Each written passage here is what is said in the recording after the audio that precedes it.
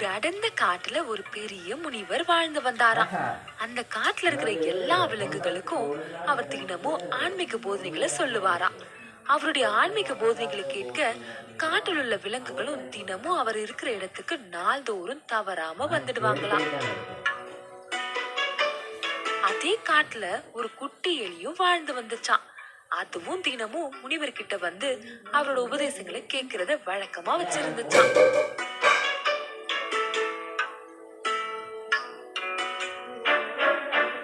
ஒரு நாள் அந்த எலி முனிவரோட போதனைகளை கேட்க போய்கிட்டு இருந்த வழியில திடீர்னு ஒரு பூனை வந்து அந்த எலியை பிடிக்க வந்துச்சான்.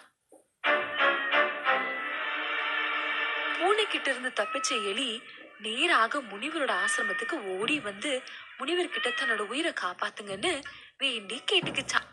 அந்த பூனையும் எலியோட பின்னாலேயே முனிவரோட ஆசிரமத்திற்கு போய் தன்னோட இரைய திருப்பி தாங்கன்னு முனிவர்கிட்ட கேட்டுச்சான்.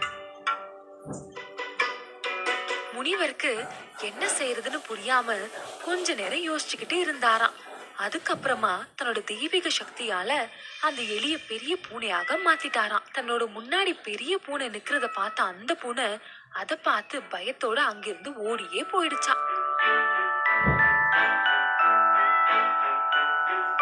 எலி இப்போ பெரிய பூனையா மாறினதுனால எந்த கவலையும் இல்லாம ரொம்ப கர்வத்தோட இருந்துச்சான். மத்த பூனைகளோட சண்டை போட்டுக்கிட்டு ஜாலியா இருந்துச்சான்.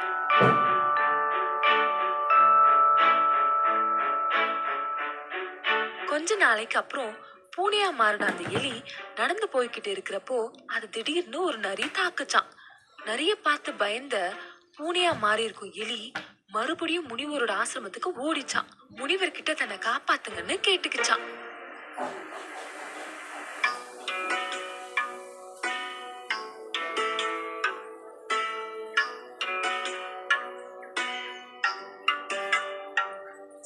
எலியையும் நரியும் பார்த்த முனிவர் எலியோட நிலைமையை பார்த்து பரிதாபப்பட்டு எலிய ஒரு பெரிய புலியா மாத்தினாராம்.